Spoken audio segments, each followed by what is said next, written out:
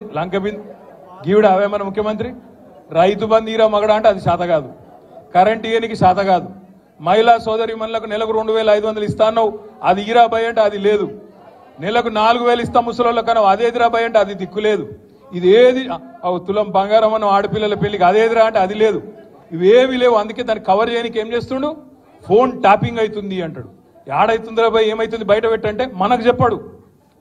యూట్యూబ్లకు లింకులు ఇస్తారు, యూట్యూబ్లకు మీడియాలకు లింకులు ఇచ్చి వీళ్ళ ఫోన్ ట్యాప్ అయింది, వాళ్ళ ఫోన్ ట్యాప్ అయింది, ఇదైపోయింది అదైపోయింది. చెయ్యి, నీ చేతులు ఉంది కదా అధికారం, ఏం చేస్తావు వచ్చేయి అద్దంటారు. ఎవరన్నా ఏమన్నా తప్పు జరిగితే విచారణ చేయి, మేము అద్దంటలేం కదా.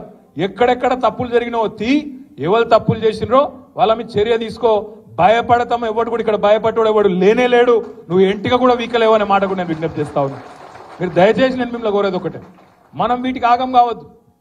ఈ 100 రోజులల్లా అస్సలు పనిచేసే తెలివేమో లేదు, కరెంట్ ఇచ్చే ముఖం లేదు, మంచిళ్ళు ఇచ్చే ముఖం లేదు, రైతు బంద్ చేసే ముఖం కాదు, రైతులు చస్తుంటే రైతుల పొలాలు ఎండుతుంటే ఆయన పోయే తెలివి లేదు. ఓదికు ఇసుక దందా, ఓదికు రైస్ మిల్లర్లను పిలిచి బెదిరించుడు, ఓదికు క్రషర్లను పిలిచి బెదిరించుడు, ఓదికు బిల్డర్లను పిలిచి బెదిరించుడు. మాకు పార్లమెంట్ ఎన్నికలకు పైసలు కావాలి, ఢిల్లీకి కప్పం కట్టాలి అని 2000 కోట్లు ఇప్పటికే మెల్లగా జమ చేసుడు. ఆ జమ చేసుడు బయటికి రాకుండా ఏం చేయాలి? ఇగో ఫోన్ ట్యాపింగ్ అవుతుంది, ఇగో ఈ స్కామ్ అవుతుంది, గొర్రెల స్కామ్ అవుతుంది, బర్రెల స్కామ్ అవుతుంది అని టీవీలలో తిప్పాలి, మన నెత్తులని ఖరాబ్ చేయాలి.